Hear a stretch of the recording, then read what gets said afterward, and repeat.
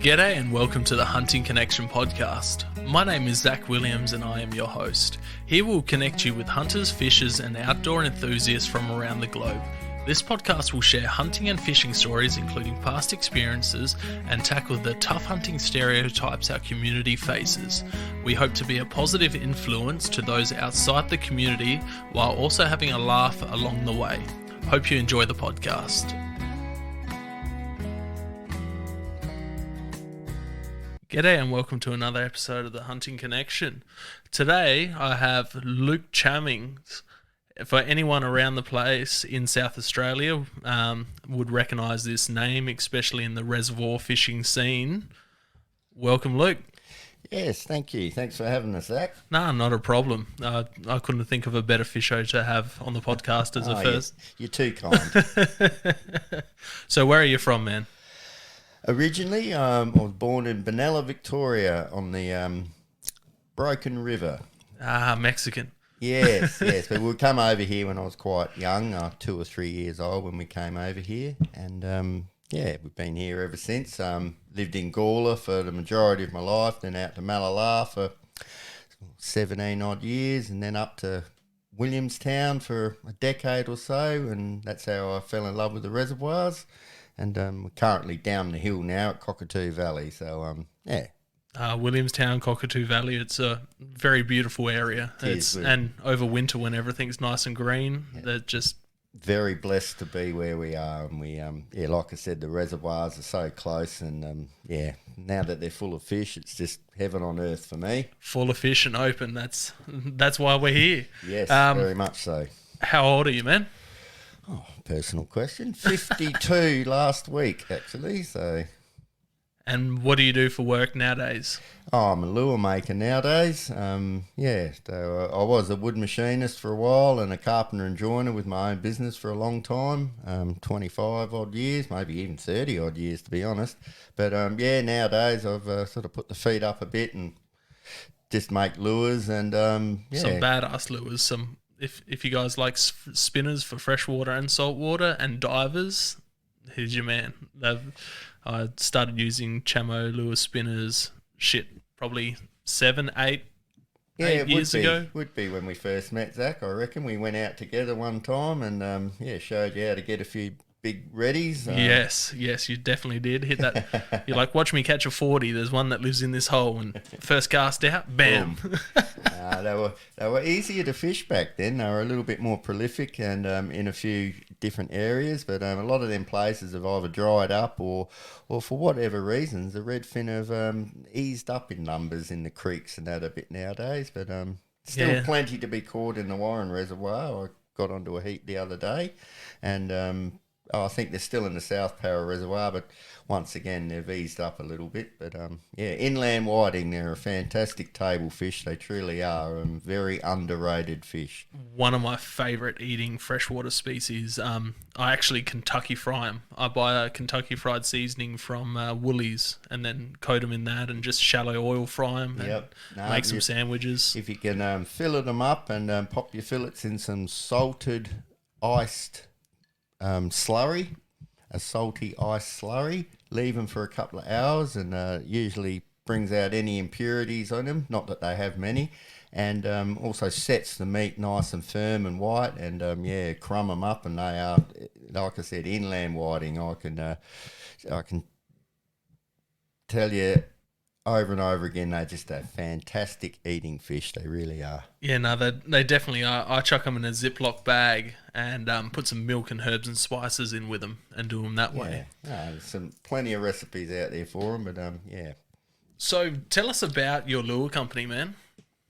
Oh, company's probably a strong word, but no, we're still going. We've been probably 10 years or more now. I got sick of losing lures. Once I discovered the reservoirs and I just thought, I don't know, I've got to join a shop and lots of little bits of wood lying around on the floor. So I started to shape up a few and the first few were a bit rough and ready and I couldn't quite get them to swim and the bib angles and et cetera. But once I mastered it, I've never looked back and I've been absolutely blessed. I've gone, not quite around Australia with them, but I've been up to Queensland to the Lure Expo and in quite a few shops in Victoria and New South Wales. I think I'm in 4 shops in South Australia at the moment. It just goes from strength to strength. The more I make, the more I sell. It's hard to make the transition from handmade timber product to mass production. I don't think I'll ever bother doing that, to be honest. Yeah. I'm quite happy with my niche market, and I'm quite happy with my, like yourself, my customers that have been loyal over, many years now.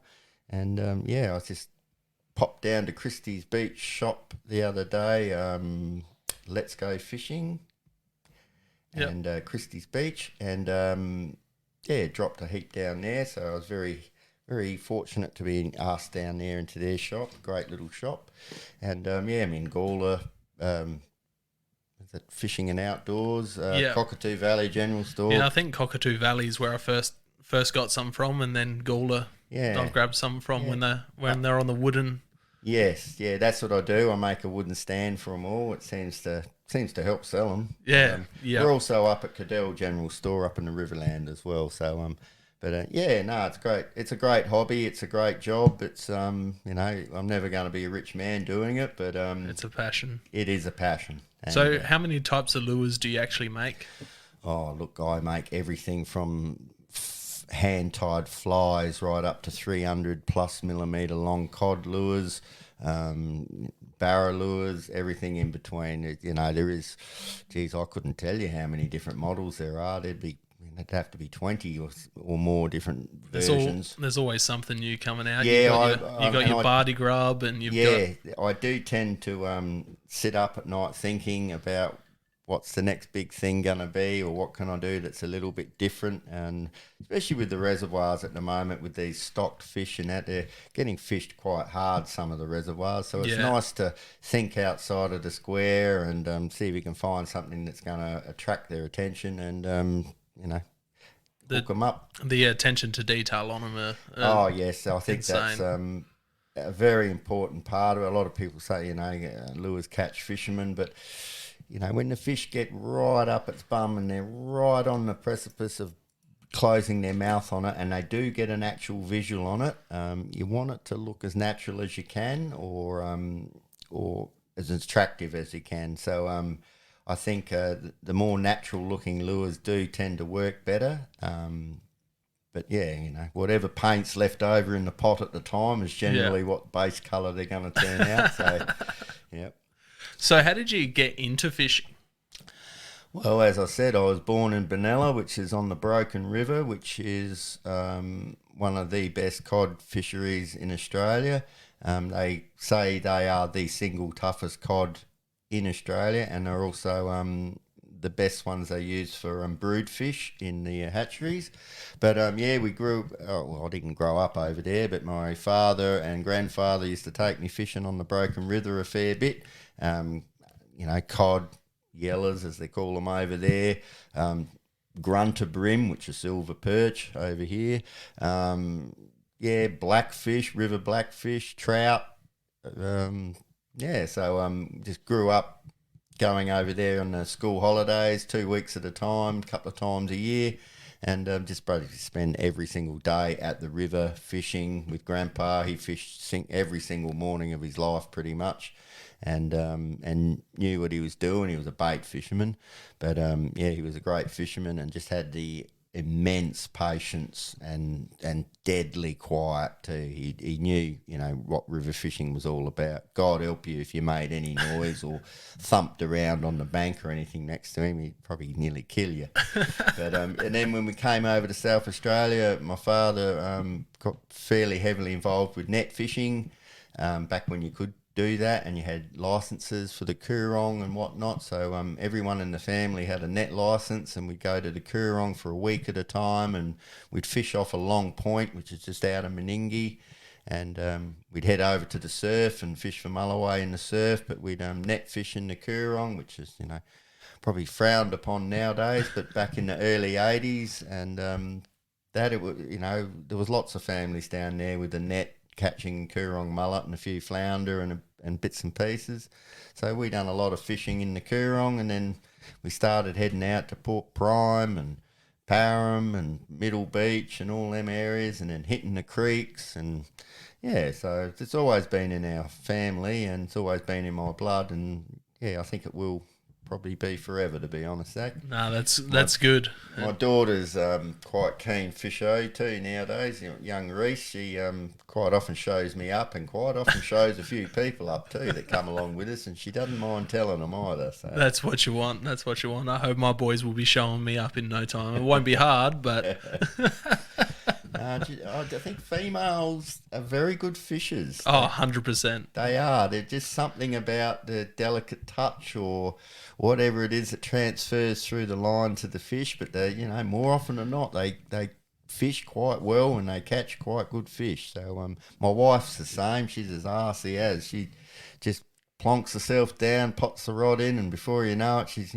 catching them hand over fist. And she, why do you make it sound so hard? And yeah, my nana was much the same. Like, I remember being a kid and getting stroppy that she was catching all the fish constantly. We'd all be sitting there, and I'd be, 5, 6, 7 years old, and I'd be like, all right, you're catching all the fish on that rod. There must be something different with that rod. Give me that rod, and I'll trade rods. And there's definitely something in it, that's for sure. So break down the reservoirs in South Australia that are open. Okay. Well, I don't break down. Well, I could just tell you what's been going on in the last couple of years.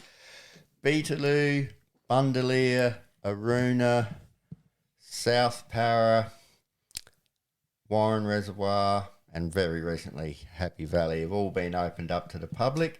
Have all been stocked since 2016 with various species. Since 2019, Aruna, we'll start with Aruna because it starts with capital A, at 20,000 golden perch and 10,000 Murray cod put into it in February 2019. And they have, well, we haven't seen any cod yet, but I can tell you from first-hand experience that we've been up there and done a data searching mission. I think that was a year ago, and I remember seeing photos. Yeah, from that we one. caught quite a few golden perch, and we were catching them from the banks. We were catching them in the yaks. They were coming up to the yaks inquisitively. Yeah, wow. We got photographic evidence of them circling on the surface. We had anecdotal evidence of them, showing traits of breeding or thinking about it at least. We don't have any proof of that, but they were certainly behaving different than river fish do. That's awesome. And once I've looked into that a bit, and the fish of the Lake Eyre Basin do behave a lot differently than fish of the Murray-Darling system. So I think they're even a subspecies or slightly different in their genetic makeup, but they certainly behave differently. A lot of this is my own opinion and conjecture, of course.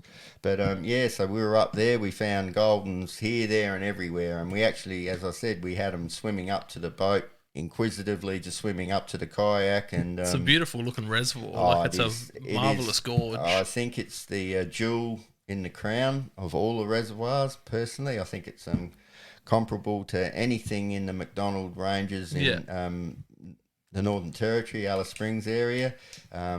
Absolutely pristine wilderness. The wildlife, you would love it. The wildlife up there was phenomenal. The bird life was phenomenal. There was quite a few ferals up there, goats, etc., etc. But the water clarity was the gin clear waters. Just a fantastic fishery, and we're very, very, very proud of how well the fish have taken up there, and to have been part of the initial stocking campaign up there was fantastic, and the growth rates are just phenomenal. We're heading up there next weekend. Awesome. To do another lot of data. How many of you guys are heading up there? I think it's about 6 of us. Alex has organised it through Recfish, and we're heading up there to do data collection, effort versus fish, etc., etc. So hopefully this will be an ongoing thing, and hopefully we will continue it on with the other reservoirs and have a nice baseline to compare back to. Yeah, you don't see too many people fishing it. Like, it's because it's so... It is 6 hours away. Yeah. So, but Yeah, I've heard good stories. People passing through, they're saying they're seeing fish surfacing, and the serious fisho will definitely make his way up there. It's very much worth the effort if you're into four-wheel driving, bird watching, maybe a bit of shooting, maybe a bit of hunting, fishing, camping.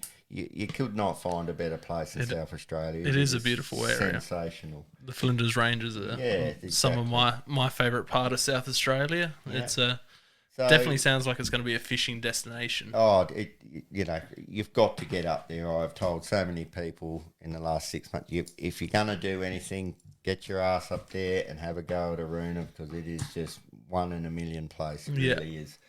So January last year, 2021, the Murray River got 90-odd thousand cod released. We were very blessed to be part of that release event. I seen that. What area was that? Swan Reach down to Blanchetown, I reckon. I could be wrong, because there was quite a few release spots because the government was involved in it as well. So there was a bit of media and all of that goes along with that. Don't get me started on that. Then in March, the South Para, same year, 2021, we had 10,000 cod, 25,000 silver perch and 40,000 golden perch. I was lucky enough to be involved with that release. That's wicked. They were a fantastic product. The fish were just impeccable. I was so impressed with the product that we got from Murray Cod Fisheries. Bundaleer had 6,000 golden perch, 2,500 silver perch. Another great little fishery. It's not aesthetically as beautiful as the others, but fishes every bit as good as anywhere else. It is fantastic. The reservoir I've actually fished the most so far, so I'll take the 2.5 hour trip. I'll get up, 3 o'clock in the morning, head up there to be up there when the gates open, and it's just beautiful. Very much worth the effort, and once again, the growth rates in Bundaleer are through the roof. So we're very, very happy with it.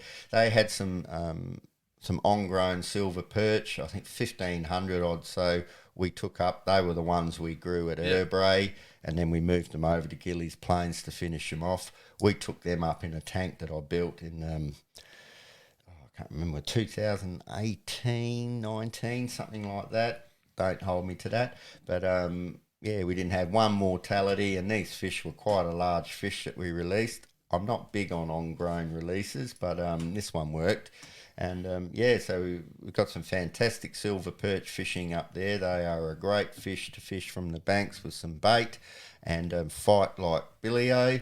They do. They go hard. I caught a couple of nice ones up there, and also seeing on the Bundaleer fishing page, there's been lots of last year's stocked coming up now. Lots of small ones coming. Yeah, you're starting to get your yearlings, and then your sort of 150 to 200 mil category.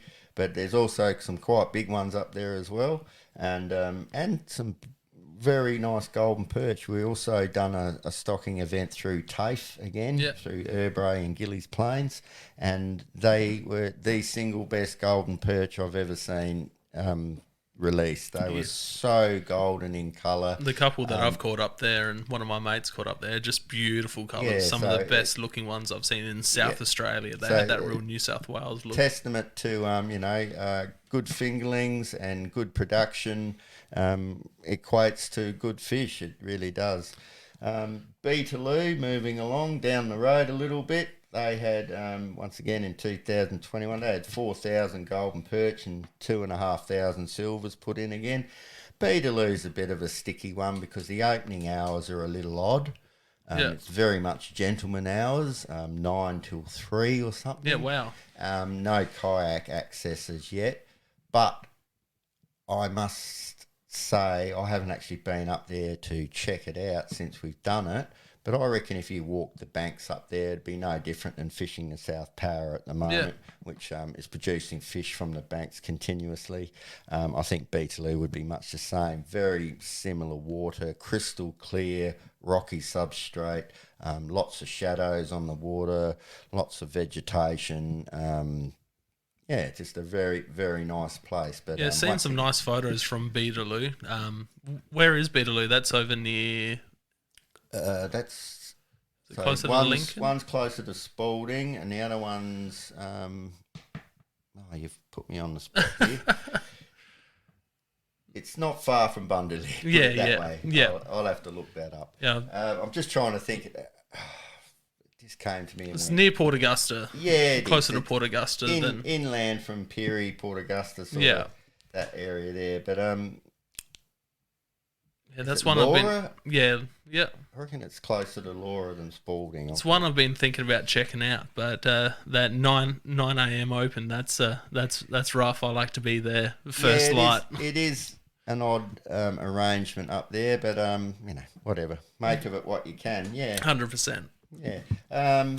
Some more work that's been done in the Warren as of late. In February 2021, we had some limestone reefs put in and some what we call cod lodges, which were a couple of huge terracotta pots that were donated to us by Bennett's Pottery of McGill.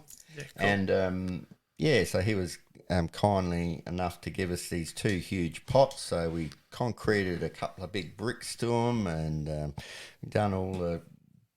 dotted all the I's and crossed all the T's and got the permits and everything. And so we popped them in, and then a few months later we were lucky enough to get hold of a heap of limestone rocks.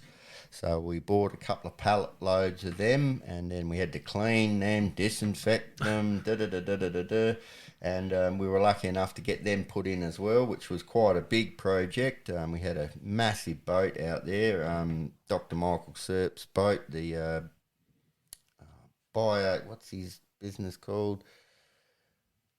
Oh, it's gone now, but anyway, good. He was kind enough to donate his time and his boat and aquatic biosecurity. That's it. And so big crane and everything, and lifting the rocks on, and then taking them out and lifting them in by crane and everything. There was some good photos of it. Yeah, it was on the Warren page. Very good project to be part of, and we're hoping to do another one soon. We're just waiting on results of a grant application, which is sounding very promising, and we're hoping to do some rock and timber snags, more traditional snags. So do you know of any fish caught off of them yet? Not. I couldn't say categorically yes, but I'm pretty sure the cod lodges, the terracotta pots, produced a few fish in the first couple of months they were in. I caught a couple of callop off of where they were, and I was watching some people from the bank who, unbeknownst to them, they were casting right out on top of them. You haven't given out the locations. No. Got to give them some chance, the poor fish. And they were catching quite a few callop off this one spot, and I was sort of looking at them thinking, I reckon I know where you're landing in the water is pretty close to where they are. So look, we'll be doing some data on that as well. We'll probably do some soundings and see if we can find some fish on them. The limestone reefs are spread through the reservoir in different locations as well. It's hard to tell. I would imagine fish have moved. They don't take very long to move in. When there's not much to choose from, they don't take very long to move into new homes. We find that the rocks do hold fish, but natural snags hold a hell of a lot more fish. So the next lot of habitat enhancement we do will be more natural. Using timber as well. So we've gone over the habitat stuff, and we've gone over the stocking of the fingerlings. In your opinion, what would be the best way to manage the stocks in the reservoir? Keep stocking them. Keep stocking them? Quite simply, once a year, every year for 4 or 5 years. Let's just keep that way you get a nice class year every year. Yeah. 1 year, 2 year, 3 year, 4 year, 5 year old fish. 100% makes sense. I think that is the easiest way. I have looked long and hard into slot limits, etc., and they do have merit, don't get me wrong, but slot limits are generally for fish that are breeding. So the smaller size slot limit, say 500 mil, gives the fish a chance to at least breed once before they get Yep. caught. That's the theory on it. I think slot limits when they're not breeding is probably going to put pressure on the bigger fish. Yeah, just being caught over and over again. They'll just get hammered. But it does have merit. It would be a way to pull up the people that are, taking bigger fish constantly. It would stop that. So, look, it's something that needs to be considered. But I think the easiest and simplest way is just keep the stocking events regular. 100%. And see the money that we pay to fish and go back into... Yes, exactly right. So these permits, they should be buying new stock for next year and, roughly the same time every year, releasing similar sized fish and just keep that up, and general, good practice, fish handling practices, et cetera, always help as well. We could say, look, let's just make it a catch and release, but then that does cut out a lot of people who do go to catch a fish for a feed. So, there's a lot of gives and there's a lot of throws for that. It's just a matter of keep the stocking up. I think that is simply the easiest way to do it. Less conjecture. Everyone loves a stocking event. It's a high priority. It's a high profile event when it happens. Everyone good wants to be coverage. involved. The pollies love a photo. A lot of winners out of it. You can get the school kiddies up there involved. You can get the public involved, community groups involved. And, of course, government, SA Water, et cetera, all want a piece of the pie as well.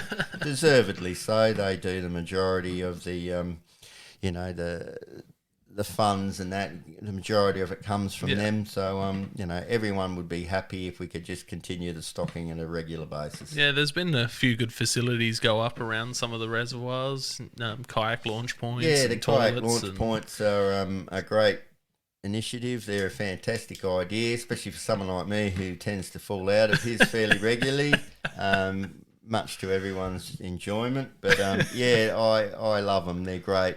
They're a great thing, and they're not bad to fish off of too. But if you see people coming with their kayaks and you're on the launch facility, it might be an idea to really line in, hop out the way, let them launch, and then continue fishing. This is becoming a little bit of an issue down at Happy Valley down there the other day, and I was just watching people catching cod off there, and they weren't moving for anyone. And, so I had to sort of slip in amongst them and then slip in and through the lines that are in the water, and then because they're growling at you because you might, think, well, you're not supposed to, technically you probably shouldn't. You probably should move for me. But as great as Happy Valley was, it was definitely a rough opening of any of the reservoirs. That's for sure, with fish handling and not enough signage. And there probably wasn't their greatest moment in time. Using an iconic species like cod to get a few votes is probably a bit rough. They could have done it with silver perch or trout as it was flagged to be originally. But what's done is done now, and these fish have not moved anywhere. They're still all hanging around the release point. I've seen 6 get caught the other day in 90 minutes. I travelled 50 metres from the launch site and I was on. They're catching them on everything: lure, eggs, chicken, bit of everything. It's just one of them things, I'm afraid, and I've had a bit to say about it. But I felt a bit hypocritical going there the other day, but I did drop some lures off to one of the shops down that way, so I thought, if I can get a photo of one of the lures in the shop with a cod, that would be a good promo. So, it's a cool spot. It's rough with wind. If you get a bad wind day out there, it's tough getting back to the launch, that's for sure. They do get a sea breeze there pretty much every afternoon. So, just be a little wary of it. South Para's a little bit the same. Make sure you check your weather before you go, especially if you're in your little, little kayak like mine. You just be a little careful. I've been caught out there at South Para once already this year, and I had to walk the kayak back through the shallows, dragging it with a piece of rope. It was just too rough to get anywhere. I was doing, I think, 0.3 of a kilometre an hour, and I was 3 kilometres from home. So South Para is actually pretty big. I was very surprised when I went out there from fishing Bundaleer and then Happy Valley and then going to South Para. Yeah. Like South Para and Warren are both pretty much on my doorstep, but Yeah.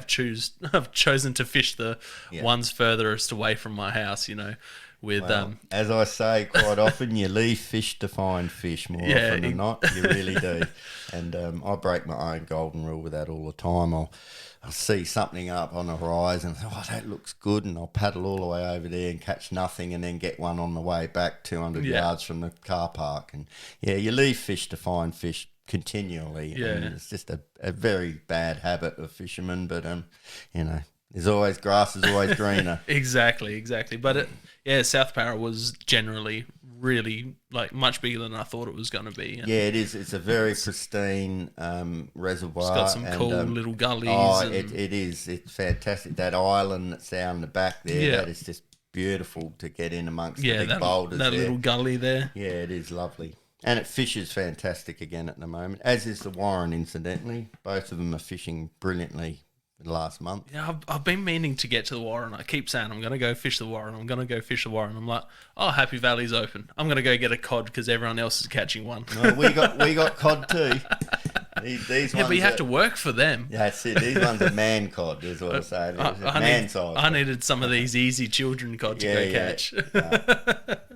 So what's your top beginner tip for someone getting into fishing that maybe hasn't grown up with fishing in their life? Well, pick a technique, whether you're going to be a bait fisherman or a lure fisherman, I would say. Trying to go between the two can be a little daunting at times. Yeah. But persist. Work on your patience and casting as well. Practice casting in the backyard without a hook, just a sinker on. Casting, if you're going to be a lure fisherman, casting is very important to be able to cast well, cast often, cast accurately. Especially if you buy a bait caster first or something like that. Well, I would strongly suggest against that. I would just get a traditional egg beater and just go out there and practice casting in the backyard. Yep. And once you can lob it within, 5 metres of anywhere, any time, you're pretty much right because, quite often it's about placement with lures. You can drag them around till you're blue in the face, but if you're not getting them in the right spot, you don't want to be that person casting into the trees or casting over everyone else at the jetty, Well, you won't do that often. But, casting into the trees, I watch that all the time. People tend to cast over their shoulder instead of sort of level with their shoulder, as I'm trying to demonstrate here. Yeah, I'm guilty. I reckon I cast over my shoulder, but people tend to release too early. They release when they're still... Well, you've only got to go and look at the power lines in the Warren, and I look up there and I think, oh, geez, that's 10 metres or plus, and there's lures up there. Yeah. Think, how the hell does that happen? But, it's all about just technique and patience and persistence. And that's probably the only advice I could really give. If there's water there, there's a chance, in South Australia, there's more than a good chance there's carp or redfin in there. Put a worm on, cast it in, or pop a spinner on, or a diving lure, and just keep going. What species would you suggest for someone to go target? Oh, redfin generally. Redfin? Yeah. They're good eating. So you get reward for your effort. They're very keen to take most lures, and they're very keen to take most baits, to be brutally honest. I've seen them caught on corn, cheese, worms, barty grubs, bugs. Yeah, I've caught them on pretty much everything. Yeah. I reckon even some potato chips, lolly worms and all sorts of stuff. Well, a guy brought fake corn with him one day, and I laughed at him. I said, what is that? Just little balls of yellow snot in a bag. And he said, no, it's fake corn, and it had its own little fake juice and everything, that little plastic corn kernel. That makes no sense. A can of corn's $2. Yeah. And he first cast, he had a redfin. Never say never with the fish. redfin gods paid you out with that one, that's for sure. Yeah, I normally recommend carp just because they're so easy to catch and they're so distributed around the state. We got a trout hole down the back of the old man's place, and it's got a lot of big carp in there, and you say they're easy to catch, and some days we were catching them on spinners. Reese caught one on a spinner the other week, and it dragged her all over the joint and ended up snapping her off. She got it in, but she couldn't get it out, actually out of the water. But and then we went back about 2 days later, and we could not get them to take anything, yet the trout were keen to grab everything. Yeah, that's probably lures. I'm talking more bait. We were fishing for bait with the carp, but they just weren't interested this day. So once again, it's probably the best way to sum it up. There are no rules. Yeah. And never say never, and just persist and keep changing it up a bit, and it will happen one day. Yeah, I found backwaters in the Murray are some of the best spots to take people out when they're new to fishing, and just burley up. Yeah. Chuck some corn on a Paternoster rig, and you're bound to get something no matter what size it is. But no, for sure. So what would your top 5 items be for a beginner fisherman? Just someone getting into it, wanting to dabble in it, going down to BCF or... look... You could do it one of 2 ways. You can go and buy the best of everything. Yeah. And be broken-hearted and a bit poorer. Or you can just go and get yourself a $30 combo, a few sinkers, some hooks, a tub of worms, maybe a spinner or 2. Yeah. I find I don't use clips myself, but for beginners, clips are a great idea. So you're not having to learn to tie all the knots and everything. And just generally... so a nice little $30 outfit. Just a Jarvis Walker special. Yeah, just something like that. Straight into Kmart, Big W, whatever. Or BCF, wherever. I mean, your sports, your fishing shops probably don't sell the cheaper gear. Yeah. They probably aim a little higher. But that's something for, a little further down the track. Just what you can afford to, the more you pay, the little bit better quality, less stuff to go wrong. Well, I only very recently, I'm famous for buying all my fishing gear from garage sales. Yeah. And that's dead set honest. $5 rod, I find a reel, that's not a bad brand reel, $2 for that, $5 for the rod, $7. And some of these rods and reels I've had for 20 years. Yeah. Because they're a bit old and they're a bit clunky and whatever, but when you've got half a dozen kids come out with you or whatever, and I just here's one for you, here's one for you, so drop it overboard. It's no big deal. Yeah, exactly. Skin off anyone's nose. So I'd suggest that you go and buy yourself a little outfit, maybe a couple of spinners, a couple of divers, a tub of worms, some this, that, the other, a landing net perhaps. Yeah, they're definitely very helpful. Yeah. And a good hat. 100%. A good hat and maybe a decent set of, not even a decent set of pliers, but just a set of pliers that can pull the hooks out of the mouth of fish. As you know, they can be quite hard to get out sometimes. And if you're trying to do it with your hands and fingers, well, obviously, you're going to wear it one day. So as a beginner, maybe a decent set of pliers to remove some hooks with, a landing net, cheap little outfit, a few various different lures and maybe a couple of different types of bait. Decent. Speaking of lures and that, do you prefer barb hooks or barbless for especially returning fish? And I do a bit of both. Look, I'm not going to lie, most of the lures are barbed still, but I do swap the middle treble for a single. Yeah, I find that probably over 50% of all the fish I catch on my lures are caught on that middle single. Yeah. Bit easier to release. When they do hook up, they ain't coming off either. And they tend to jump over snags a little easier too. They tend to swim a bit better. And so I started doing that a long, long time ago. Putting singles on the middle hook. Yeah, on the belly hook. But the other day I made a big fly up for some cod that I've got stocked in a private area, and I squashed the barb down on these massive flies, and first fish I caught, he slipped it.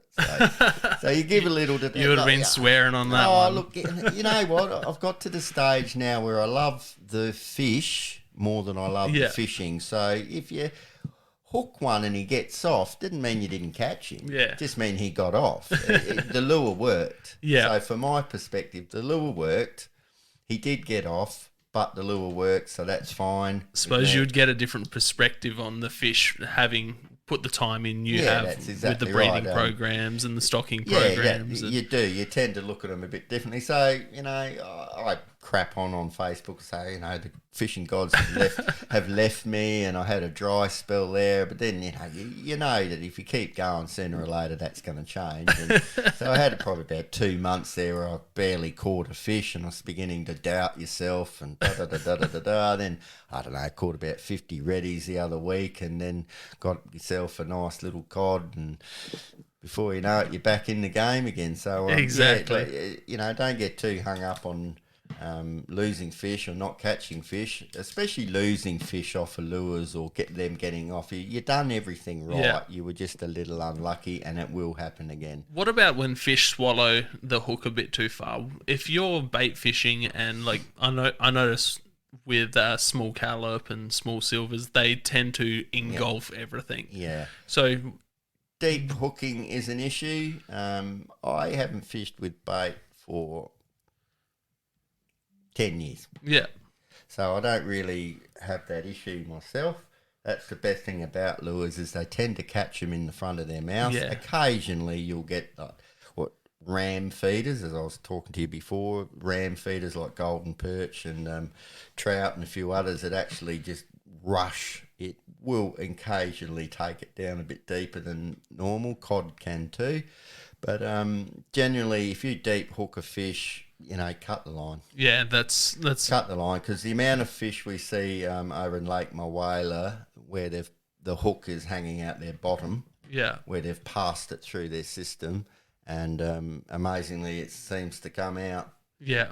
So just cut that line and get them back in the water as quick as you can. Yeah, a couple of times I've dicked around a bit too much trying, and you're like, you're fighting a losing battle. Where if you just snip the line, they seem to swim off all right. There is some techniques overseas with the big lake trout and that, where they deep hook them in their gill rakers and they're bleeding quite profusely, where they get the old, that's a can of Coke there, they get the Coca-Cola and they pour it down their throats. Yeah. And apparently that seals up the any hemorrhaging and that straight away. Now, I have seen that a few times.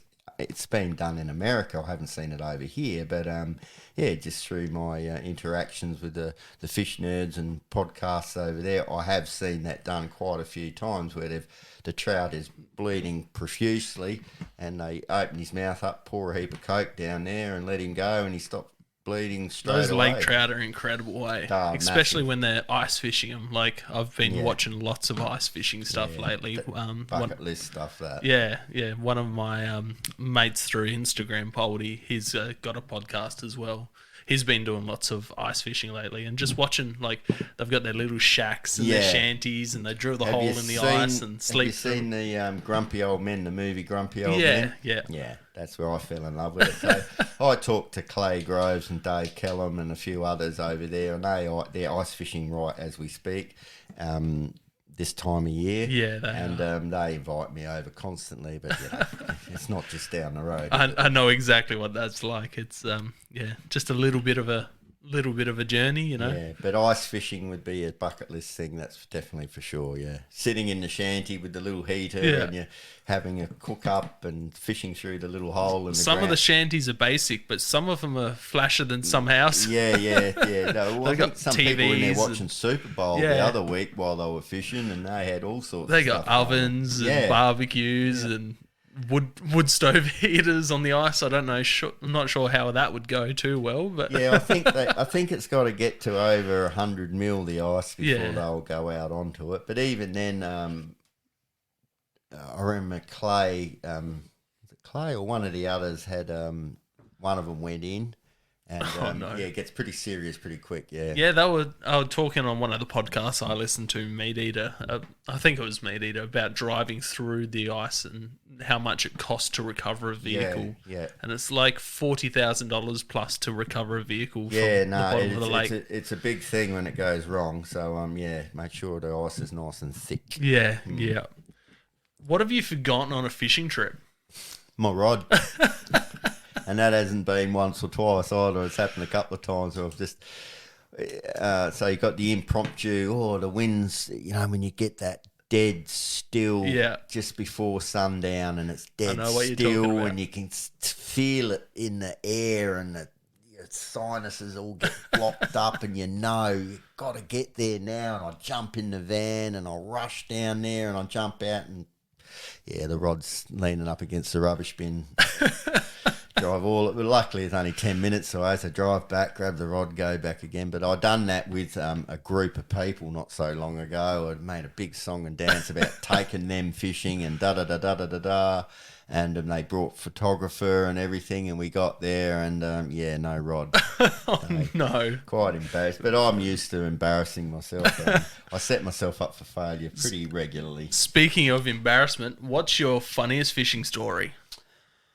Yeah, we struggled with this one today a bit. We've got a couple of R-rated ones that probably won't work that well on radio. But when I was very young, I was out fishing with my pop and my father on Lake McCowan, which is now dry, in just out of Manila. And Pop's predominantly deaf. And he's put a heap of worms on a hook.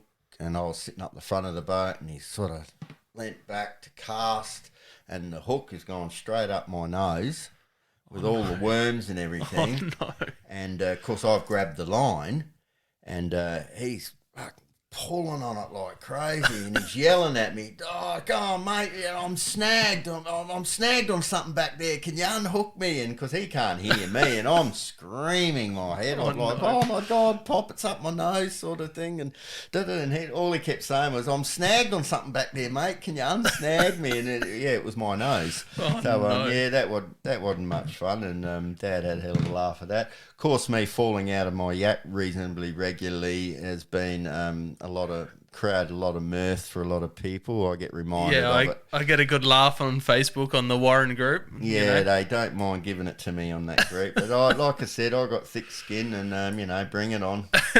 Bring it on. But Captain Spiro and I, we were floating along one day, dead silent, trolling along, and we come across this couple who were rather intimate with each other on a table right on the bank, and we went dawdling past in dead silence and we didn't know where to look, and of course she's lying on her back, she's staring straight at us, and I thought, "Are we going to say anything or are you just going to..." And he's like drilling for oil, so he was a polite wave. We did, we sort of put our hand up, and then eventually she said something to him, but she waited quite a while and gave us a little bit of a flutter with the eyebrows and that, and we were laughing to ourselves, and then we seen two bare asses running through the bushes. I went running off embarrassed, so that was, But it's amazing what you see up the river when you're trolling in the dead quiet. I bet. You come across some pretty, there's a lot more nudists up the river than you give them credit for, put it that way. What about the most dangerous thing to happen on a fishing trip? Oh, yeah, I've got a few of them. All right, so Dundee Beach in Darwin, I decided that crocodiles don't generally hang around beaches. Little naive. So I wandered out up to about my waist, probably 11 o'clock, midnight. No. And hooked a really big bull shark. So the bull shark, it's on for young and old in the shallows. I got him by the tail. He's turning round trying to bite me constantly, but he wouldn't snap the line, so I just kept holding him at rod's length but hanging onto his tail as well and walking him through the shallows. And he eventually, I got him in and dragged him up to shore, and these blokes came down and they gave me an absolute mouthful. I bet. And they said, "What are you doing, you blinking moron? You're down south. You wouldn't know what. You're just jealous. Look what I've caught." And da da da. The next day, I shit you not. The next day, I walked out to the same spot, and the biggest crocodile I've ever seen in my life was about 20 metres out, and he was just sitting there, and I was out with him. He's probably like, "I was watching you last night, mate." Yeah, and they are creatures of habit, and I learned a very, very valuable lesson as a young bloke about the Northern Territory. We actually set up swags on the beach that night, and I think it was about 10 metre tide or something, and we got washed out to just about out to sea. Had to get up and drag the swags up onto the rocks, and I didn't pack a waterbed. it was so needless to say, I was a bit of a laughing stock on the beach that day. Yeah, the locals were just it went around Dundee Beach that quickly too, and a lot of people pointing and saying, "That's the cockhead there." Wow. So yeah. What's the most important thing you take out when you're out fishing, apart from your rod? Lure retriever. Yeah. Any type in particular? Yes, Captain Spiro's Snag 'em Back. They're designed by a guy up in Broome. He said from Alice Springs down, we can make them, sell them, and he'll have from Alice Springs up. Awesome. So we've never really persevered with it because simply they work too well, and the fishing shops, everyone we've ever taken them to, and we made hundreds of them. We collected lead, and they got the big steel ring on them and everything, and they're nothing like any other retriever you see, and they work. And I think for 4 or 5 seasons in a row, I think we may have lost 2 or 3 lures. Yeah, wow. And we troll 130 hours a season, and the fishing shops said, "Well, why would we want them?" Yeah, exactly. Said, you can't. He said, "If we sell them once, they don't lose any lures. They're not going to." Exactly. So, excuse me, no other fishing shop has ever considered taking them. Yeah, wow. They've just said, "No, we've seen them. We've seen how they work, and we're not interested. Why would we want them?" Yeah, that's basically. But a lure retriever. That's a good one. Yeah, they're just, because it can get really expensive really quick. It can. $35 to $50 to throw every time you lose one. You get pretty down in the mouth by the end of the day. I get upset when I lose lures. I've done some pretty extreme stuff to get them back. Try sitting up all night making one, finishing it off, and then taking out, travelling 50 yards and losing it. It is gut-wrenching. Yeah, I bet. It is gut-wrenching. But I strongly suggest get yourself a good quality lure retriever. One that just hooks on the line and slides down, lead weight. Yeah, something similar like that. I'm not going to rubbish the other brands or whatever, but we just don't get the lures off with them. We just don't. Yeah. These ones, if you can get right over the top of the lure, we even managed to work out how to get them to go around a log and then back down again. Yeah, wow. But just through the right spin. Manipulating it and a bit of pressure here and a bit of loose line there, and you see them work it out. But they're a fantastic product. They really. You've seen the guys that use the tip of their rods to get it? I'm just like, oh no! I'm just thinking about the eyes like smashing on a rock as they're going down. Well, there's another little issue. Whenever anyone comes cod fishing with me, I said, don't bring the best of the best. Just don't, because cod fishing is one of them types of fishing where you do break things, you do get in the trees, you do forget your rods out, you do get snagged going a little fast sometimes. Lose a rod off the back of the boat. And it all happens cod fishing. It's just one of them types of fishing techniques where, it's very, very easy to lose a rod. So don't bring the very best of your best, just like I said, middle of the range stuff is more than adequate. It's more about your line strengths, your knots, learn to tie good knots. Don't use clips. Don't use. I'm guilty. 130 pound, and I got a witness to this. We were trolling at Loch 9, me and the captain, and I got hit, and it was the most phenomenal hit we've ever witnessed. It was all over in quarter of a second. My rod was bent in half and then back in the boat. And we're looking at each other, looking at the rod. And then we looked out and the lure popped up out in the middle of the river. So we dawdled off over there. We got the lure back. Yeah, the hooks were dead straight. And they were big single, dead straight like a piece of wire. The back treble was actually squashed, crushed. Wow. And the clip that I had on my rod still, the 130-pound clip, it was just a dead straight piece of wire. That's insane. And in quarter of a second that happened. Yeah, I couldn't imagine it. It was just, and we just sat in the boat staring at each other. As you would. And just going, how big was that? And we've never used the clip since. Yeah, they get pretty big, the cod. There's that old photo, I think I've spoken about it before, of the big cod hit by a paddle steamer back in the day. Yeah, there's a bit of conjecture if that's a Queensland groper or an actual cod, but they say the photo's from a chooker.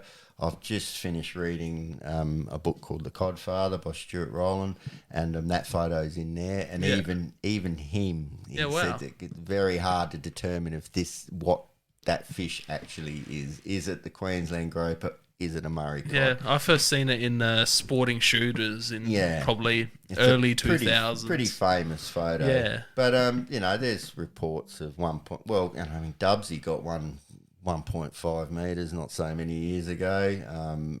We've got them, 1.3, 1.2, et cetera, et cetera. It's amazing to think that they could be fish that big just cruising through the Murray, especially in South Australia.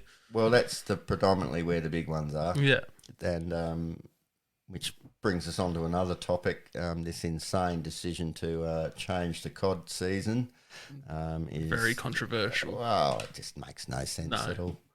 None at all. The whole idea of stop trolling when they're breeding is, one, they're very aggressive. The male sitting on the eggs is very aggressive at that time of year, protecting the eggs.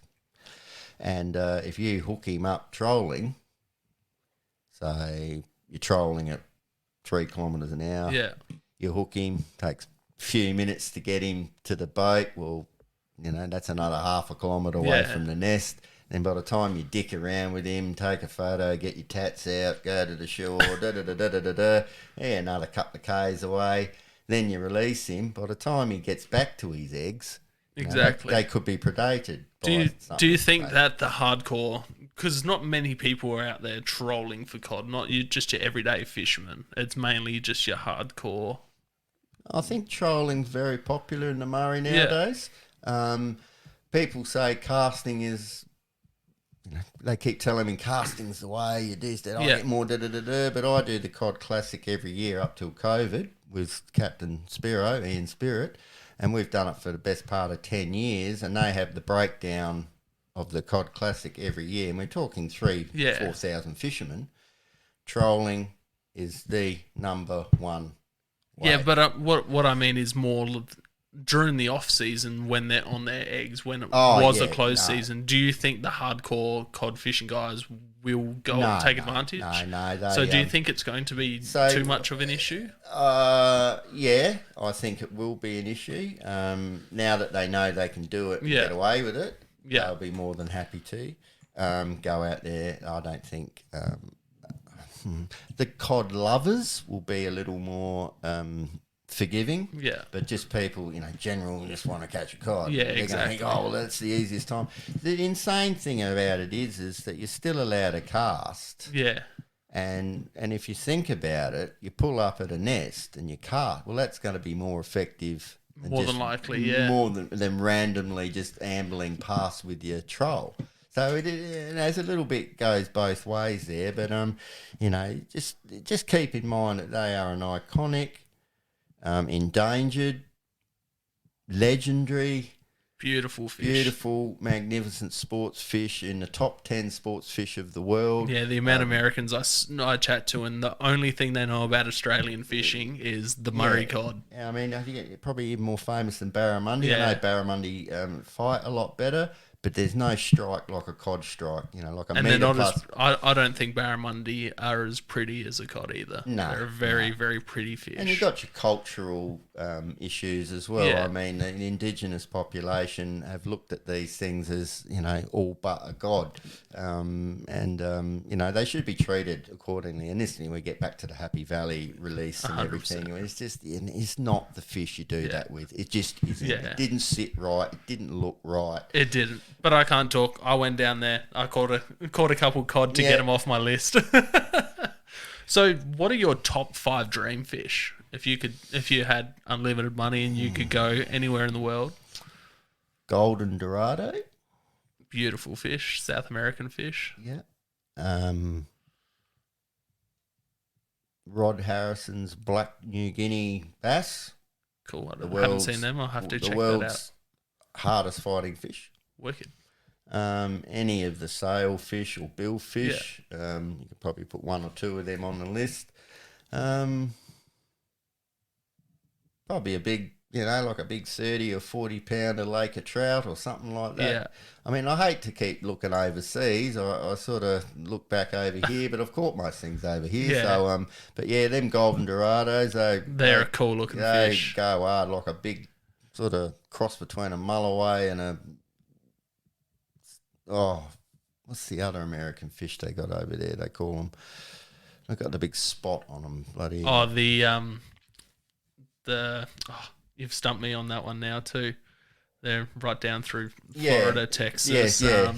I talk about actually, them all the time you know what? mates. Bloody peacock bass. That'd be pretty cool as well. Cool. Yeah. Yeah. So all of them would be great for sure.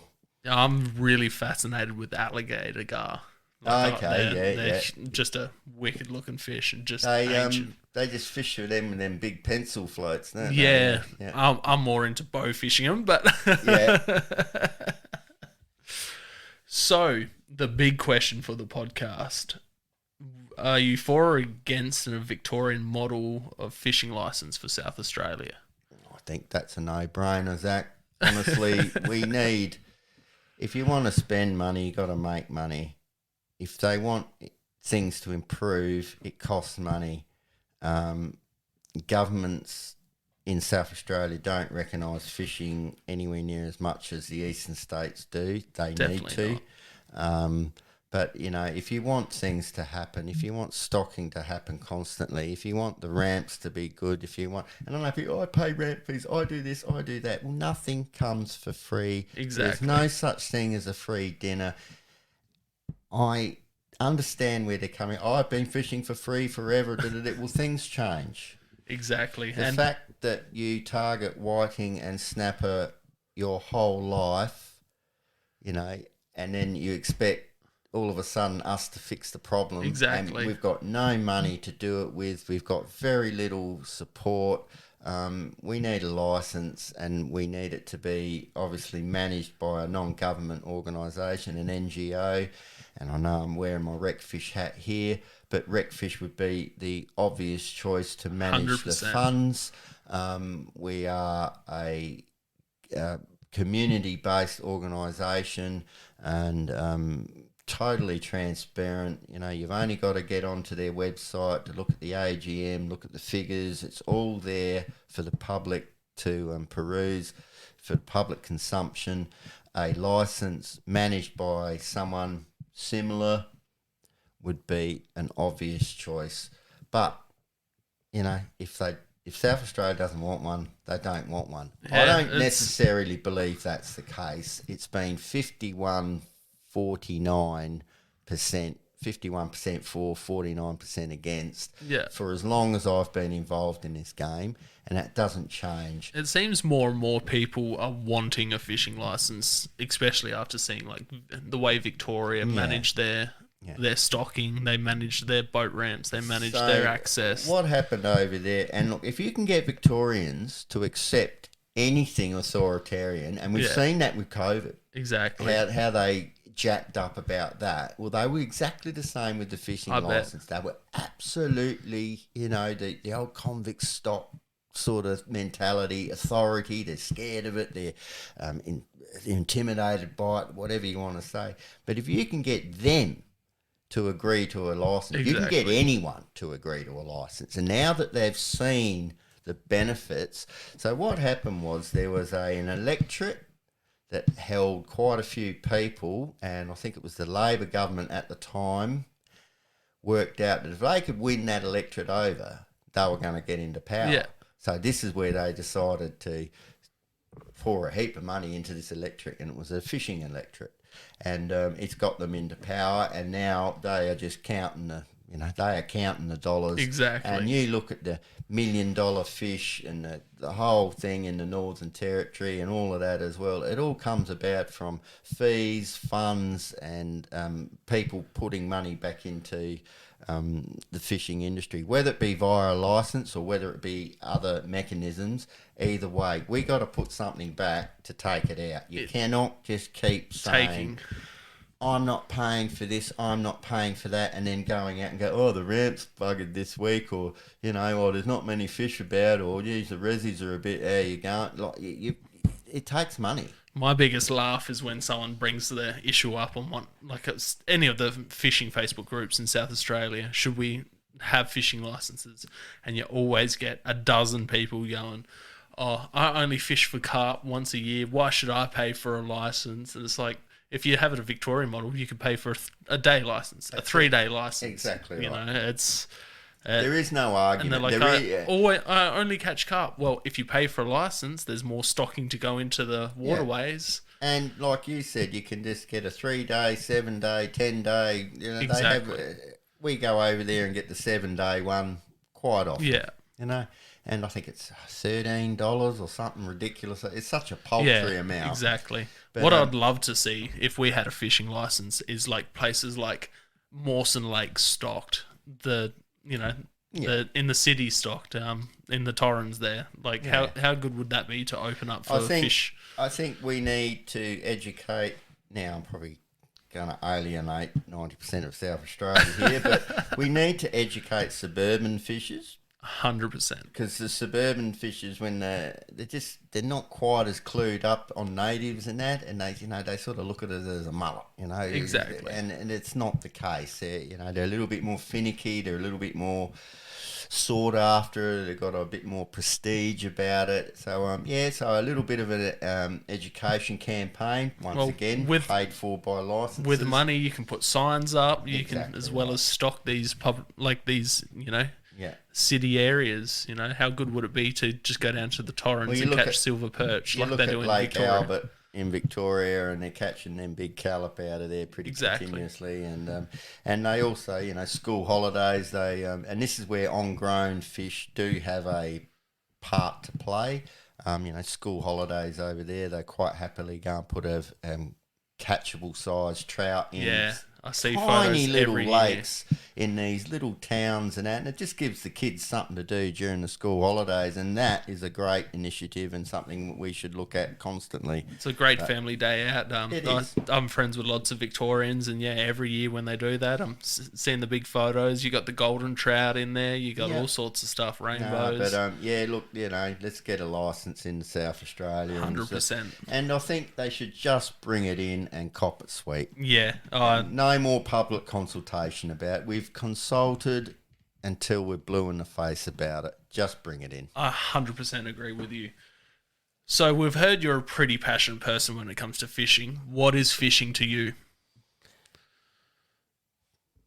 That's a good question. Fishing to me was an avenue of fun, recreation back in the day.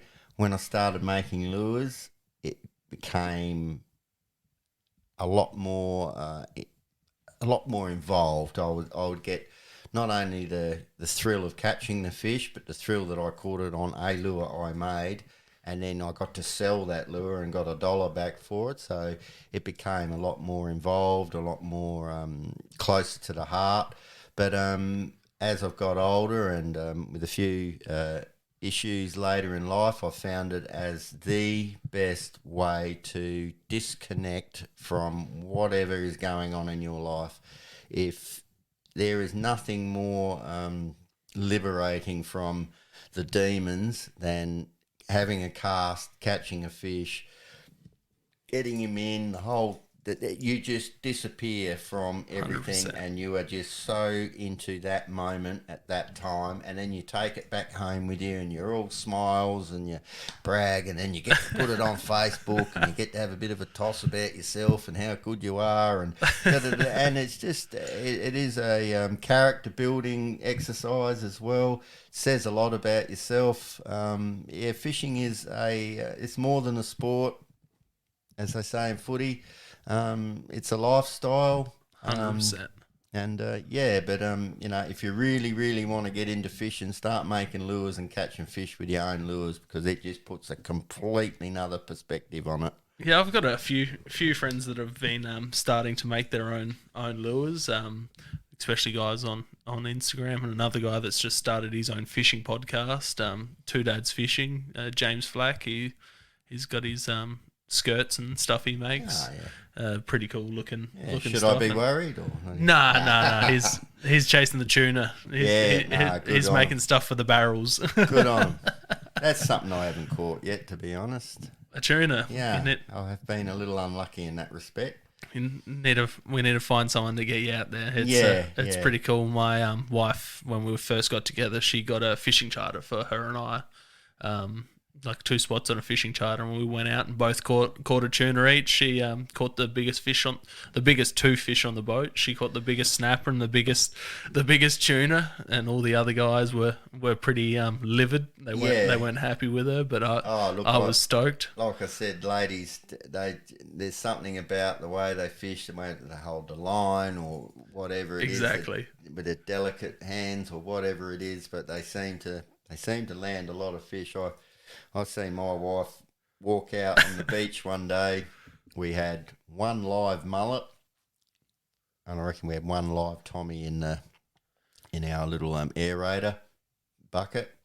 And I put the mullet on, and I went out and I cast it out, and I gave her the rod, and I turned my back on her, and I was just about to put the Tommy on. Next minute I hear this buzz, buzz, buzz, and I see her wandering off down to the beach. And I thought, bloody hell, what are you doing? You got weed on it. You couldn't bud. Yeah, meet a mulloway. Oh, no. She was literally in the water a minute. He pulled it in by herself, walked back up, sat down on the thing, lit up a smoke, looked at me and said, God, you make a big deal out of nothing, don't you? And I said, do you got any idea what you've just done? Yeah, my wife, so this was in about 6 months. Her first fish was a carp. Second fish was an 8-pound snapper. And then she got a 14-kilo tuna. Yeah, wow. Like, for a second and third fish ever, Yeah. People would be spewing. Yeah. How would you like to be remembered? I really liked this question when I seen it. I'd like to have left a legacy for freshwater fishing in South Australia. So when I go, I want people to say, the Warren Red, Luke Chamings, he did this, he did that, da-da-da-da. I've named a few places, after people of significance that were important in the reservoir developments and that. I haven't quite put the signs up yet. I haven't been given permission to do that yet, but it will happen. I just like to be known as someone who really, really put his heart and soul into getting freshwater fishing in South Australia, the reservoirs, lure making, and just that. Yeah, No, that's connected great. with the reservoirs for an indefinite. I was just period. fishing South Australia. I think freshwater fishing and lures, and immediately think of you when it comes to, especially redfin and cod. Like, I joked around when you posted that cod Godfather on. I joked around. I'm like, well, if he's the Godfather, you must be the daddy, because the amount of time you put into. Look, to be honest, I'm just one of many. There's a lot of people out a lot more quiet than I am, and they do a hell of a lot behind the scenes as well. And good luck to them. It's the more the better. It's great, but we need a face. That's right. It'd be just nice to be remembered for the getting the reservoirs up and going, or not up and going. That was other people that done that, but yeah, being part of the stocking and naming some of these areas. Williams Point, Firewarden Bay, Charavelo's Run, Simpson's Knob, all of them. I named all of them places myself, and I hope in time that these names stick. I know one. We need like a Chamo's Landing or something like that. Well, I got Chamo's Rock there, but I'll blow these other blokes' horns for them. Maybe we'll get a kayak launching spot for you and name it after you. A kayak retrieval. Bloody things. So if people want to get in touch and find your lures, where can they find you? Quite easily. Just go on to Chamo's Lures Facebook site. I don't have a website. I found that to be a pain in my ass, to be honest. So just go onto the Facebook, comment, message me privately. I can pass on phone numbers, whatever. I make I custom build them. I don't have a lot in stock generally. I generally, as you order, I make. It's just the way I am. Trying to keep the shops full and having stock on hand. Plus, it's too tempting to use them all the time. You've got half a dozen brand new lures there, and I'll just use this one today, and then I hit a rock and pick a dent in it, and there's $30 down the drain. So just get in contact with me via Chamo's Lures page on Facebook, or even through Ozfish. I'm the president of the Barossa chapter, so if you want to get in contact or get involved with Ozfish in any way, get in contact with me via that. They're medium. A good little organisation too. I remember when they first started getting the donation stuff at BCF, because I used to work at BCF. That's right. You do want to donate something to Ozfish Unlimited. Well, we're lucky enough that BCF match. So we'll go there and do a barbie and the snags and stuff, and we'll say make $200. Well, they'll match it. Yeah, no, they match us dollar for dollar, which we're very thankful for. It's good that they put back like that. It's a good system for sure. We've got a few chapters in South Australia now, and the Seeds for Snapper thing was a great success with Dr. Michael Serp. We've got Danny Simpson's on board with the Barossa chapter, so he helps out a lot. We've got riparian revegetation project going on in Gawler, South Power River in Gawler, the reef snagging and habitat enhancement at the Warren coming up. That's great. Clean Up Australia Day this Sunday, and it goes on and on. So if you want to get involved, get in contact with me via Ozfish or via Chamo's Lures, and we'll sign you up. Too easy, Chamo. Thank you very much for coming on, man. It's been an absolute pleasure, and like I said at the start, I couldn't think of anyone better to get on first for chatting about South Australian fishing. So no worries. Thanks heaps for having me, Zach. I really appreciate the opportunity, and like I said, I'm one of many people out there doing a hell of a lot. There's a lot of people out there having a crack, and if you want to make a difference, get it. As I say, my catchphrase, just get into it. Exactly. Go put your money where your mouth is, and help out fishing in your area, no matter where you're from. Yep.